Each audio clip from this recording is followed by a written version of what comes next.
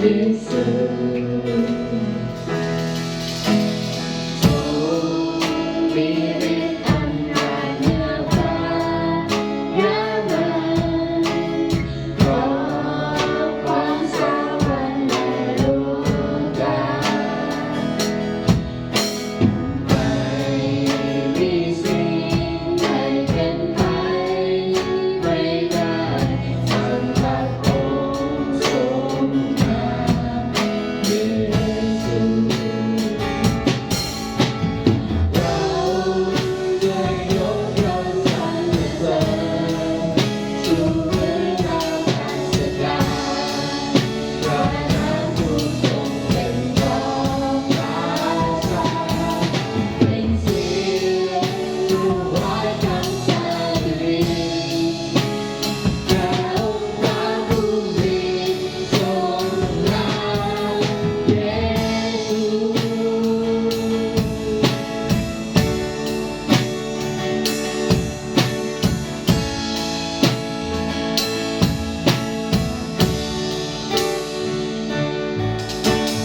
เราขอนมัสการพระองค์ทรงเป็นพระเจ้าจอมราชาพระทักบนนั้นโสภาทรงงามวาจาเยซู ทรงมีฤทธิ์อำนาจเหนือฟ้ายามันครอบครองสวรรค์และโลกาไม่มีสิ่งใดเป็นไปไม่ได้สำหรับองค์ทรงนามเยซู เราได้ยกย่องสรรเสริญชูเรื่องนมัสการพระนามผู้ทรงเป็นจอมราชาเป็นเสียงถวายคำสาดีพระองค์พระผู้มีทรงนามเยซู เรา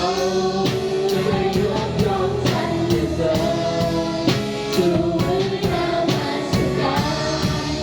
พระนามผู้ทรงเป็นจอมราชาเป็นเสียงถวายคำสาดีพระองค์พระผู้มีทรงนาม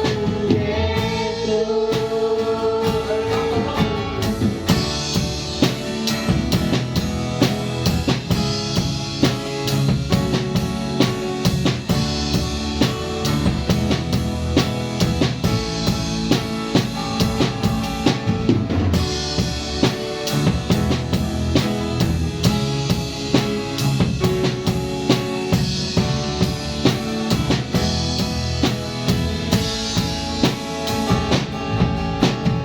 เรา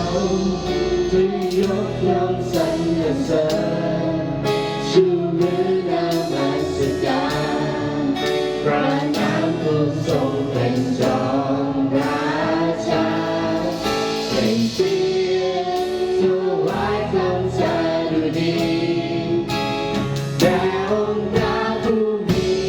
ทรงนามเยซู เราจะยกย่องสรรเสริญ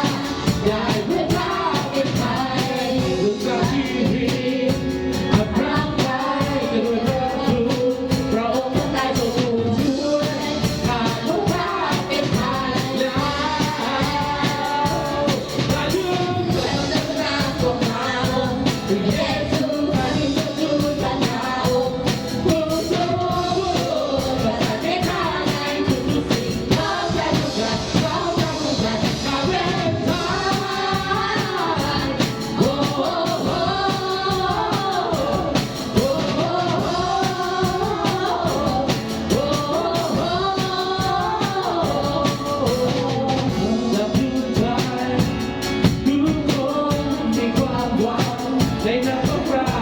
ร้องผ่านด้วยท้ายเป็นไทยมาเลยไทยชีวิตเราทุกคนเราที่มาประกอบเพื่อสั่งข้าให้เป็นไทยพระองค์อายุปัจจุบันของเราเป็นเยซูมาถึงจุดนั้นองค์ผู้ทรงก็ทำให้ข้าในทุกๆสิ่งน้องไปทุกวันน้องไปทุกวันอายุปัจจุบันของเราเป็นเยซูมาถึงจุดนั้นองค์ผู้ทรงก็ทำให้ข้าในทุกๆสิ่งน้องไปทุกวันน้องไปทุกวันอายุปัจจุบันโอ้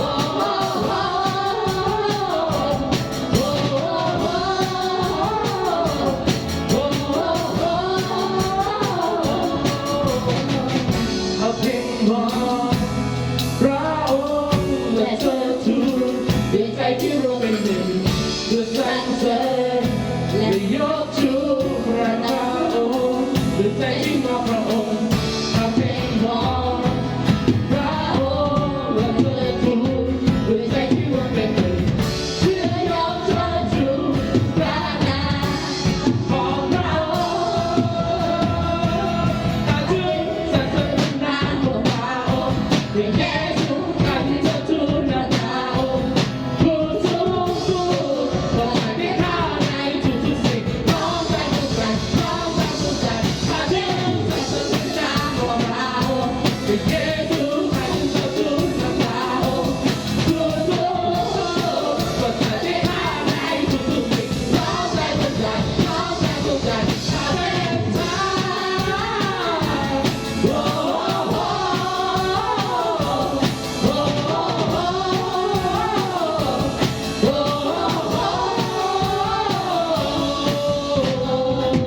โอ้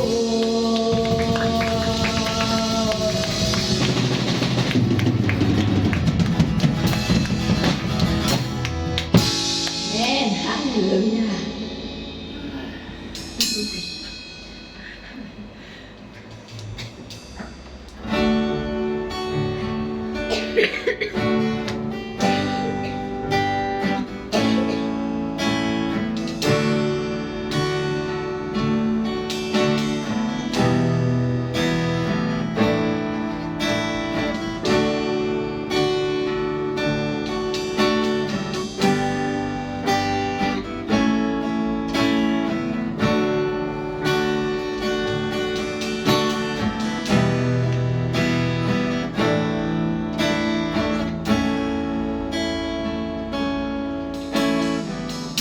ดวงใจ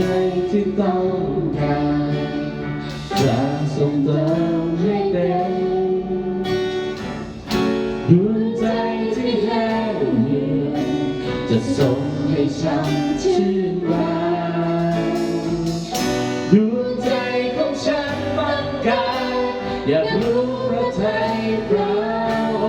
งค์อยากดื่มดับทานน้ำที่ไหลจากบัลลังก์พระองค์ลึกลงกว่าเดิมลึกถึงจะรักพระองค์พระเยซูรักฉันเข้าสู่พระสวงลึกลงกว่าเดิมลึกลงในความรักอันแสนประเสริฐฉันต้องการจะรักมากขึ้นกว่าก่อนฉันต้องการอยากจะรักให้มากกว่าก่อน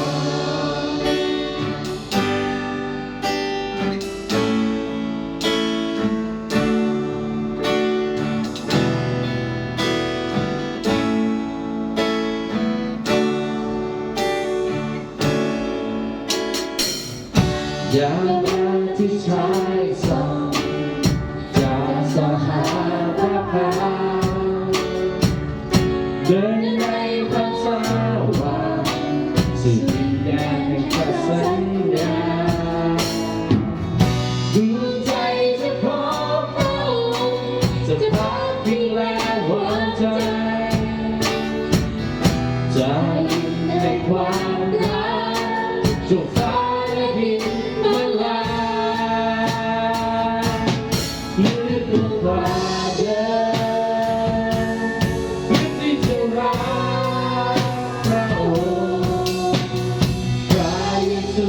รักฉันเข้าสู่ฟ้าสวยลึกลงกว่าเดิมลึกลงแก่ความรักอันแสนประเสริฐฉันต้องการจะรักมากขึ้นกว่าก่อนฉันต้องการอยากจะรักลึกลงกว่าเดิมลึกที่จะรักพระองค์พระเยซูรักฉันเข้าสู่ฟ้าสวยลึกลงกว่าเดิมแต่ก็ในความรักอันแสนประเสริฐฉันต้องการเธอรักมากขึ้นกว่าก่อนฉันต้องการอยากจะรักให้มากกว่าก่อน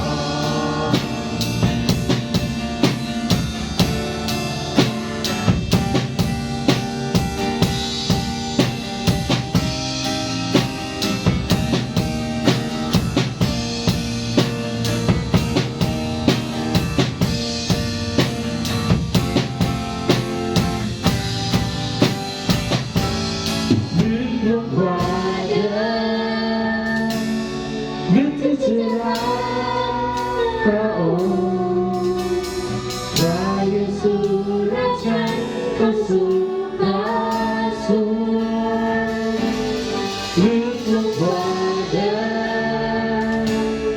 ลึกลงในความรักอันแสนประเสริฐฉันต้องการจะรักมากขึ้นกว่าก่อนต้องการ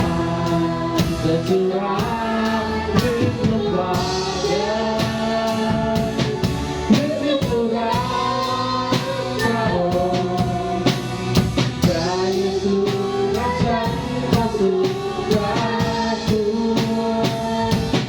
ลึกลงกว่าเดิม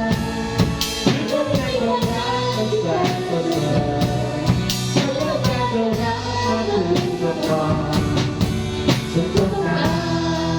อยากจะรักให้มากกว่าก่อนฉันต้องการอยากจะรักให้มากกว่าก่อน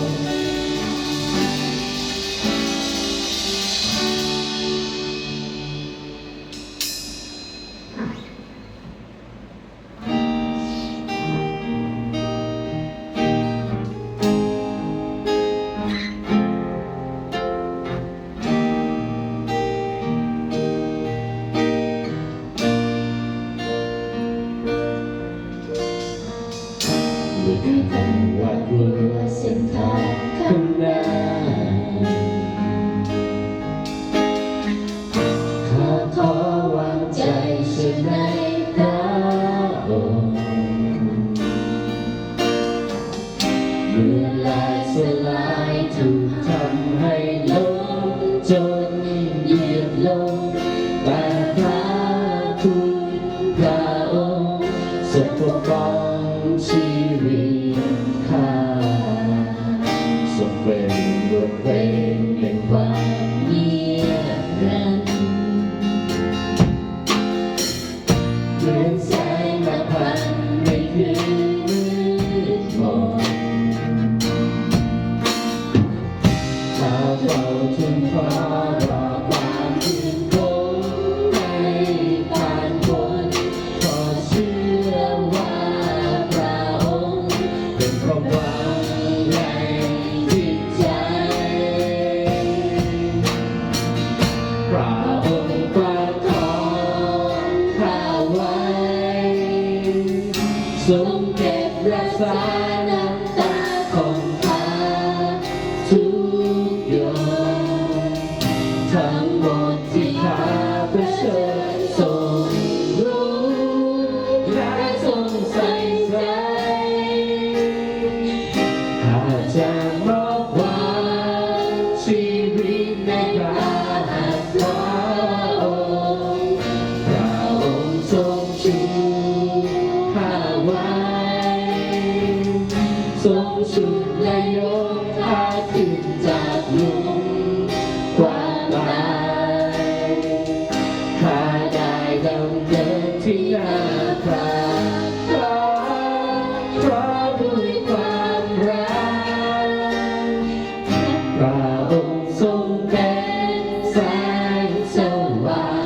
ให้ชีวิตของข้าตลอดไป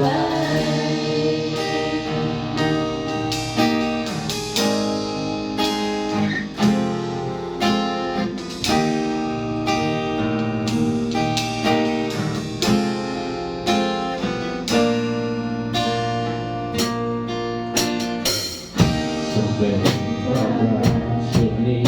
นิรันดร์ทำให้ทุกวันทะลุขึ้นใหม่ในคืนวันนี้เราส่งรื้อฟื้นจิตใจความรักร้องอกไว้เป็นกำลังให้ชีวิตพระองค์มาขอข้าไว้ทรงเก็บรักษาน้ำตาของข้าทุกหยดทั้งหมดที่ข้าต้องเชิญทรงรู้และทรงใส่ใจข้าจะมอบลาชีวิตให้พระหัตถ์พระองค์พระองค์ทรงชูข้าไว้ทรงชูและยกข้าขึ้นจากหลุมความตายข้าได้ดำเนินที่หน้าพระฟ้าเพราะด้วยความรักพระองค์ทรงเป็นแสงสว่างให้ชีวิตของข้าตลอดไป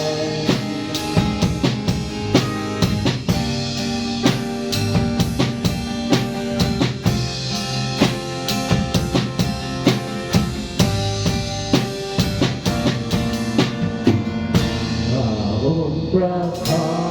งข้าไว้ทรงเก็บรักษาน้ำตาของข้าทุกหยดทั้งหมดที่ข้าต้องเชิญทรงรู้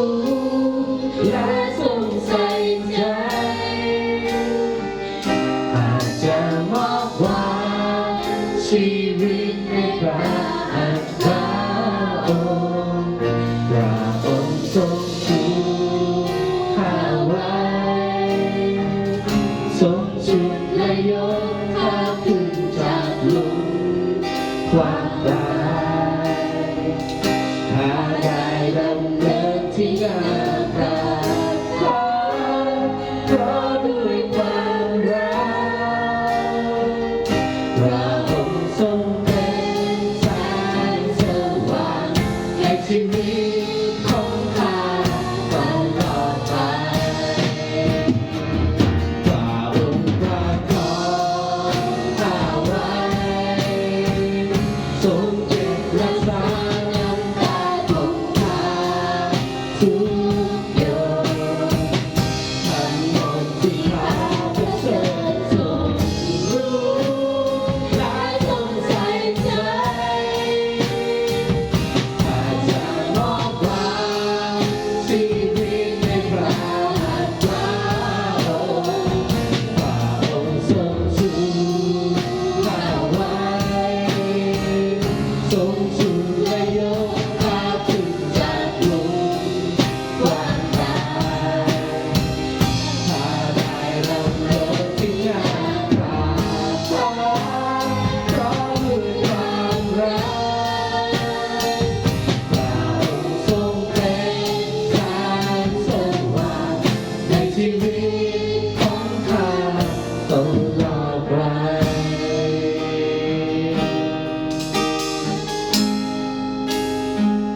พระองค์ทรงเป็น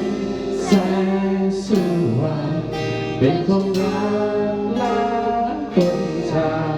เป็นทุกทางของข้าตลอดไป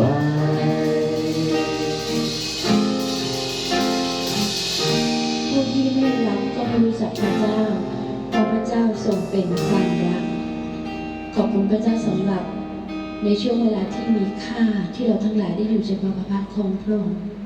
และได้มีโอกาสนมัสการพระองค์ขอพระเจ้าทรงโปรดอวยพรเครื่องดนตรีทุกชนิดทีมนมัสการทุกคนที่มีส่วนในค่ำคืนวันนี้ที่จะรับพระพรที่มาจากพระเจ้าอย่างมากมายค่ำคืนวันนี้ให้เรานอนหลับพักผ่อนตื่นขึ้นมาในสุขภาพที่แข็งแรงอาการเจ็บป่วยหายไปทั้งชีวิตเป็นของเราทุกความและทุกความต้องการแม้ในยามที่ข้าชื่นบานหรือในยามที่ทรมาน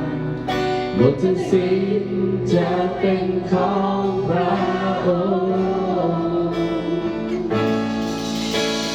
ทั้งชีวิตเป็นของพระองค์ทุกความและทุกความต้องการในยามที่ข้าชื่นบานหรือในยามที่ทรมานหมดทุกสิ่งจะเป็นของพระองค์ก็ขอวางทุกสิ่งที่พระบาทพระองค์จะปลอบทุกลมหายใจและจิตวิญญาณก็ทรงเป็นผู้รักและสิ้นสุดไม่เคยยังหยุดหมดทุกสิ่งจะเป็นของพระองค์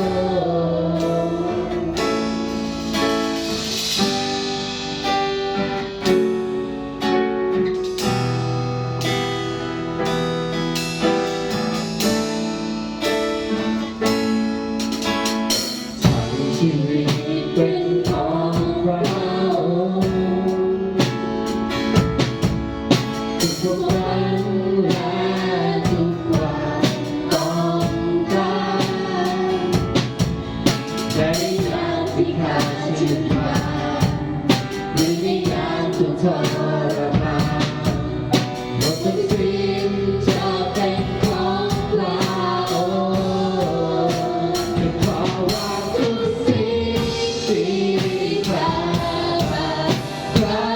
องค์จะปลอบทุกลมหายใจและจิตวิญ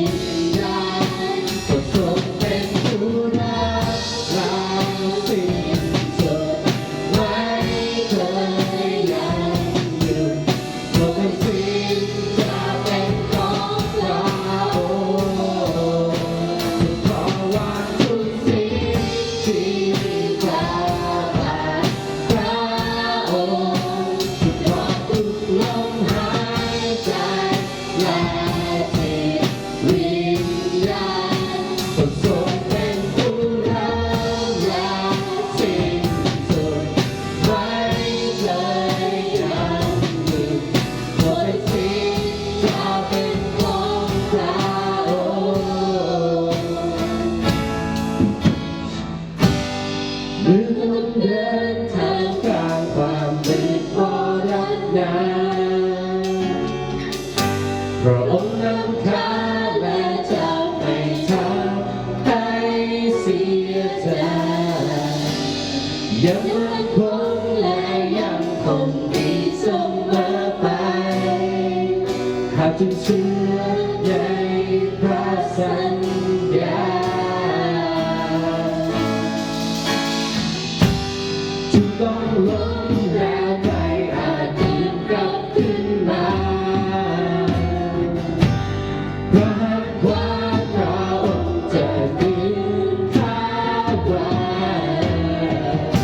และเช้าวันนี้คือวันที่หมดลมหายใจหมดทุกสิ่งจะเป็นของ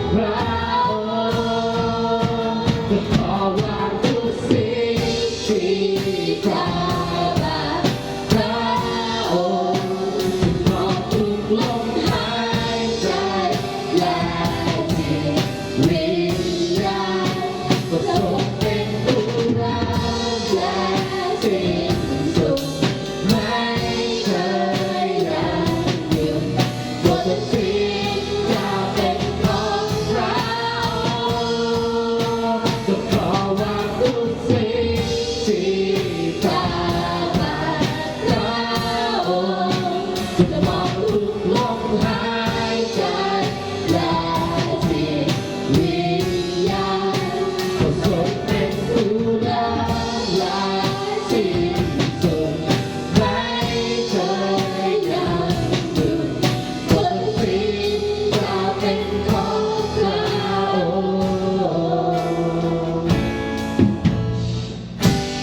เมื่อต้องเดินทางกับความมืดมรณะ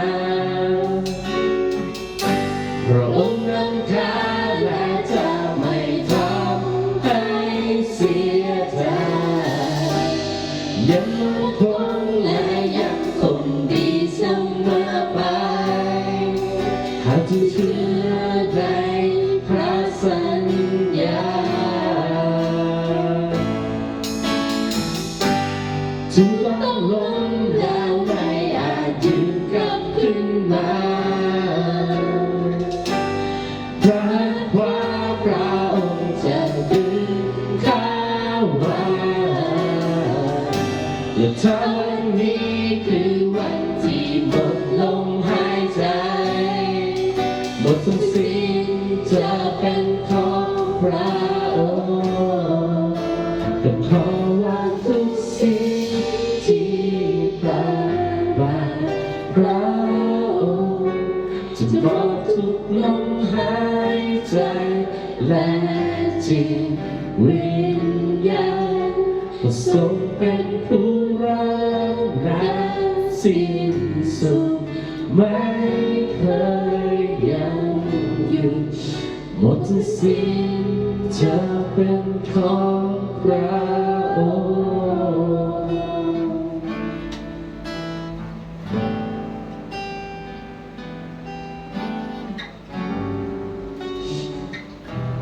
ทั้งหมดทั้งสิ้นในชีวิตลมหายใจเป็นของพระเจ้า